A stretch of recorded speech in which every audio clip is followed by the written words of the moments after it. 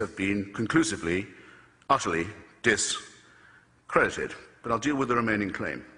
Is it moral, again I can only do Christianity this evening, is it moral to believe that your sins, yours and mine, ladies and gentlemen, brothers and sisters, can be forgiven by the punishment of another person? Is it ethical to believe that? I would submit that the doctrine of vicarious redemption by human sacrifice is utterly immoral. I might, if I wished, if I knew any of you, or you were my friends, or even if I didn't know you, but I just loved the idea of you. Compulsory love is another sickly element of Christianity, by the way. But suppose I could say, look, you're in debt, I've just made a lot of money out of a God-bashing book. I'll pay your debts for you. Maybe you'll pay me back someday, but for now I can get you out of trouble.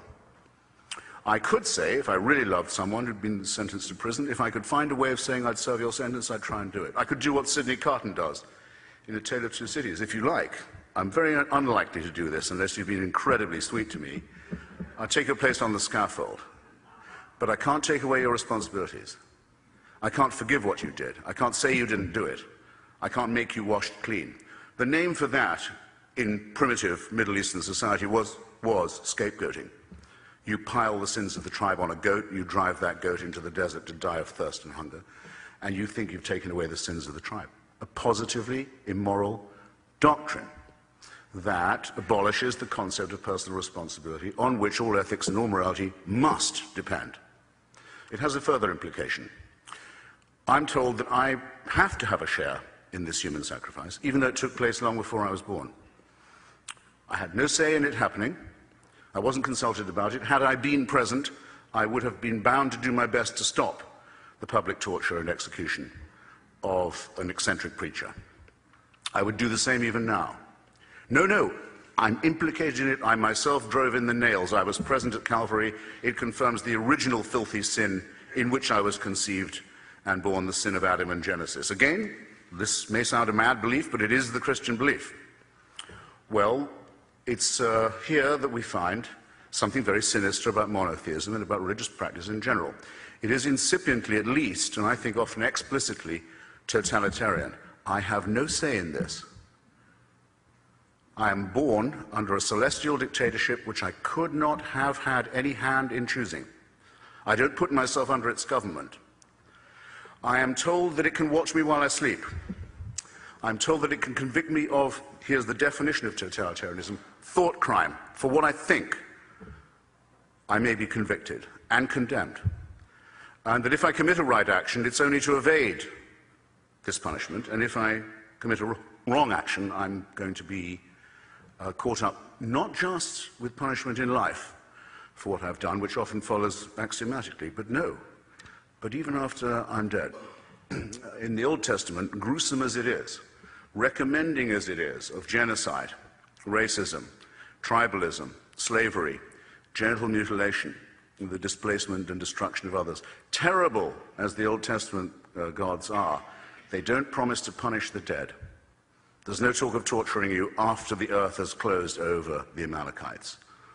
Only till when gentle Jesus, meek and mild, makes his appearance, are those who won't accept the message told they must depart into everlasting fire. Is this morality? Is this ethics? I submit, not only is it not only does it come with the false promise of vicarious redemption, but it is the origin of the totalitarian principle which has been such a burden and shame to our species for so long. I further think that it undermines us in our most essential integrity. It dissolves our obligation to live and witness in truth. Which of us would say that we would believe something because it might cheer us up, or tell our children that something was true because it might dry their eyes? Which of us indulges in wishful thinking, who really cares about the pursuit of truth at all costs and at all hazards?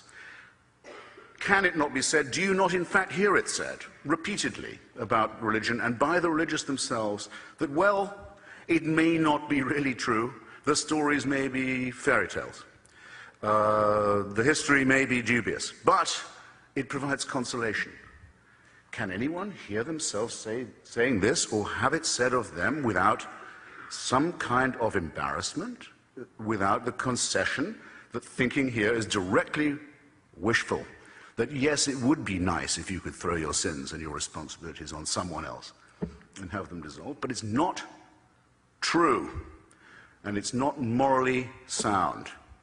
And that's the second ground of my indictment. Michael, you will tell me when I'm trespassing on the time of Dr. McGrath, won't you? On our integrity, our basic integrity, knowing right from wrong and being able to choose a right action over a wrong one, I think one must repudiate the claim that one doesn't have this moral discrimination innately, that no, it must come only from the agency of a celestial dictatorship, which one must love and simultaneously fear. What is it like? I've never tried it. I've never been a cleric. What is it like to lie to children for a living and tell them that they have an authority that they must love, compulsory love, what a grotesque idea, and be terrified of at the same time? What's that like, I want to know? And that we don't have an innate sense of right and wrong. The children don't have an innate sense of fairness and decency, which of course they do. What is it like? I can personalize it to this extent. My mother's Jewish ancestors are told that until they got to Sinai, they'd been dragging themselves around the desert under the impression that adultery, murder, theft, and perjury were all fine. They get to Mount Sinai only to be told it's not kosher after all. I'm sorry. Excuse me. We must have more self-respect than that for us, for ourselves and for others. Of course, the story's a fiction. It's a fabrication exposed conclusively by Israeli archaeology. Nothing of the sort ever took place, but suppose we take the metaphor. It's an insult. It's an insult to us. It's an insult to our deepest integrity.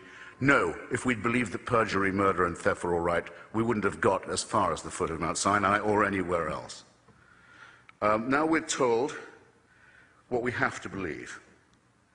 And this is coming now to the question of whether or not science, reason, and religion are compatible, or I would rather say reconcilable. The great Stephen Jay Gould, the late great Stephen Jay Gould, said that he believed they were non-overlapping magisteria. You can be both a believer and a person of faith. Sitting in front of me is a very distinguished, extremely distinguished scholar, Francis Collins, helped us to unlock the Human Genome Project, who is himself a believer. I'd love to hear from him. I hope we will hear from him. I don't believe he says that his discoveries in the genome convinced him of the truth of religion. He holds it, as it were, independently. I hope I do you no wrong, sir, in phrasing it like that. Here's why I, a non-scientist, will say that I think it's radically irreconcilable, I'd rather say, than incompatible. I've taken the best advice I can on how long Homo sapiens has been on the planet. Carl Sagan, Richard Dawkins, many others, and many discrepant views from theirs, reckon it's not more than 250,000 years, quarter of a million years. It's not less either. I think it's roughly accepted. I think, sir, you wouldn't disagree. 100,000 is the lowest I've heard. And actually, I was about to say, again, not to sound too Jewish, I'll take 100,000. I only need 100,000. Call it 100. For 100,000 years, Homo sapiens was born, usually, well, not usually, but very often, dying in the process or killing its mother in the process. Life expectancy probably not much more than 20, 25 years.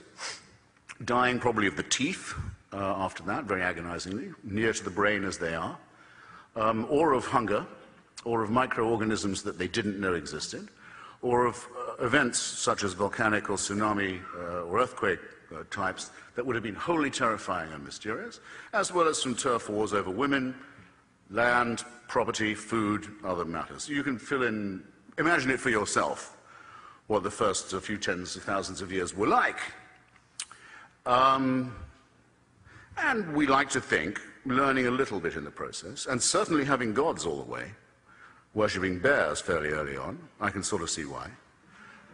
Sometimes worshipping other human beings, big mistake. I'm coming back to that if I have time. This and that and the other thing. But exponentially perhaps improving, though in some areas of the world very nearly completely dying out, and a bitter struggle all along. Call it 100,000 years. According to the Christian faith, heaven watches this with folded arms for 98,000 years and then decides it's time to intervene. And the best way of doing that would be a human sacrifice in primitive Palestine, where the news would take so long to spread that it still hasn't penetrated very large parts of the world. And that would be our redemption of the human species. Now, I submit to you, ladies and gentlemen, that that is what I've just said, which you must believe to believe the Christian revelation, is not possible to believe, as well as not decent to believe. Why is it not possible? Because a virgin birth is more likely than that. A resurrection is more likely than that. And because if it was true, it would have two further implications. It would have to mean that the designer of this plan was unbelievably lazy and inept, or unbelievably callous and cruel and indifferent and capricious. And that is the case with every argument for design and every argument for revelation and intervention that has ever been made. But it's now conclusively so because of the superior knowledge that we've won for ourselves by an endless struggle to assert our reason, our science, our humanity, our extension of knowledge against the priests, against the rabbis, against the mullahs who've always wanted us to consider ourselves as made from dust or from a clot of blood, according to the Quran, or as the Jews are supposed to pray every morning, at least not female or Gentile. And here's my final point, because I think it's coming to it. The final insult that religion delivers to us, the final poison it injects into our system. It appeals both to our meanness, our self-centeredness, and our solipsism, and to our masochism. In other words, it's sadomasochistic. I'll put it like this. You're a clot of blood, you're a piece of mud, you're lucky to be alive. God fashioned you for his convenience, even though you're born in filth and sin. And even though every religion that's ever been is distinguished principally by the idea that we should be disgusted by our own sexuality. Name me a religion that does not play upon that fact. So you're lucky to be here, originally sinful and covered in shame and filth as you are. You're a wretched creature. But take heart. The universe is designed with you in mind. And heaven has a plan for you. Ladies and gentlemen, I close by saying, I can't believe there is a thinking person here who does not realize that our species would begin to grow to something like its full height if it left this childishness behind, if it emancipated itself from this sinister, childish nonsense. And I now commit you to the good Dr. McGrath. Thank you.